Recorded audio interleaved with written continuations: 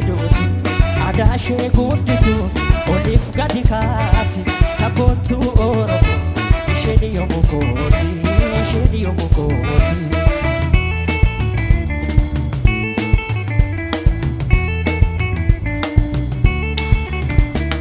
Afaan ishee miidhagaa waggoo isheen haasofti Oromummaa isheetti yommuu itti boonti baay'een ishee jaalladhe darani jaalatamtu darani jaalatamtu.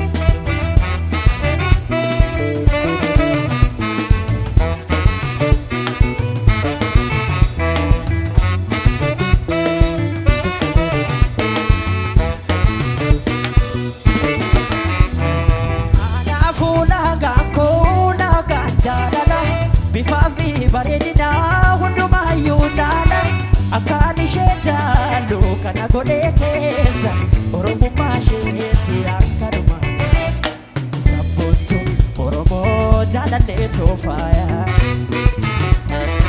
hamaanni sin argatiin naaf ta'ee nagaya sabboontu Oromoo jaalallee toofaaya hamaanni sin argatiin naaf ta'ee nagaya.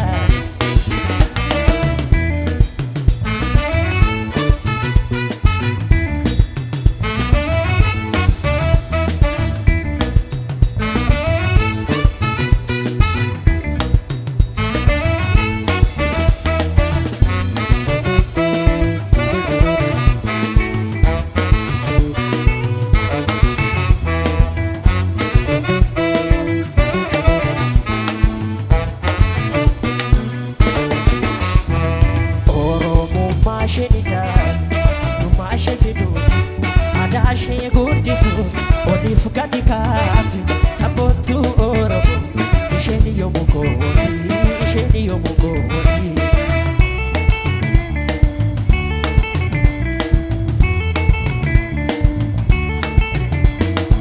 Afaan ishee miidhagaa waggoo isheen haasoftu Oromummaa isheetti yommuu itti boontu baay'een ishee jaalladhe darani jaalatamtu darani jaalatamtu.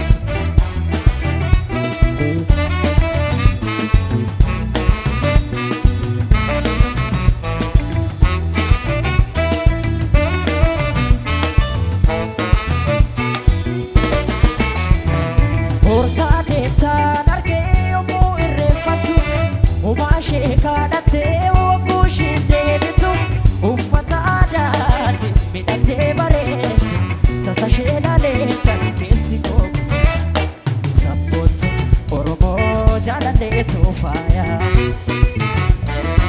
hamaanni sin argatiin naaf ta'ee nagaya sabboontu Oromoo jaalallee toofaaya hamaanni sin argatiin naaf ta'ee.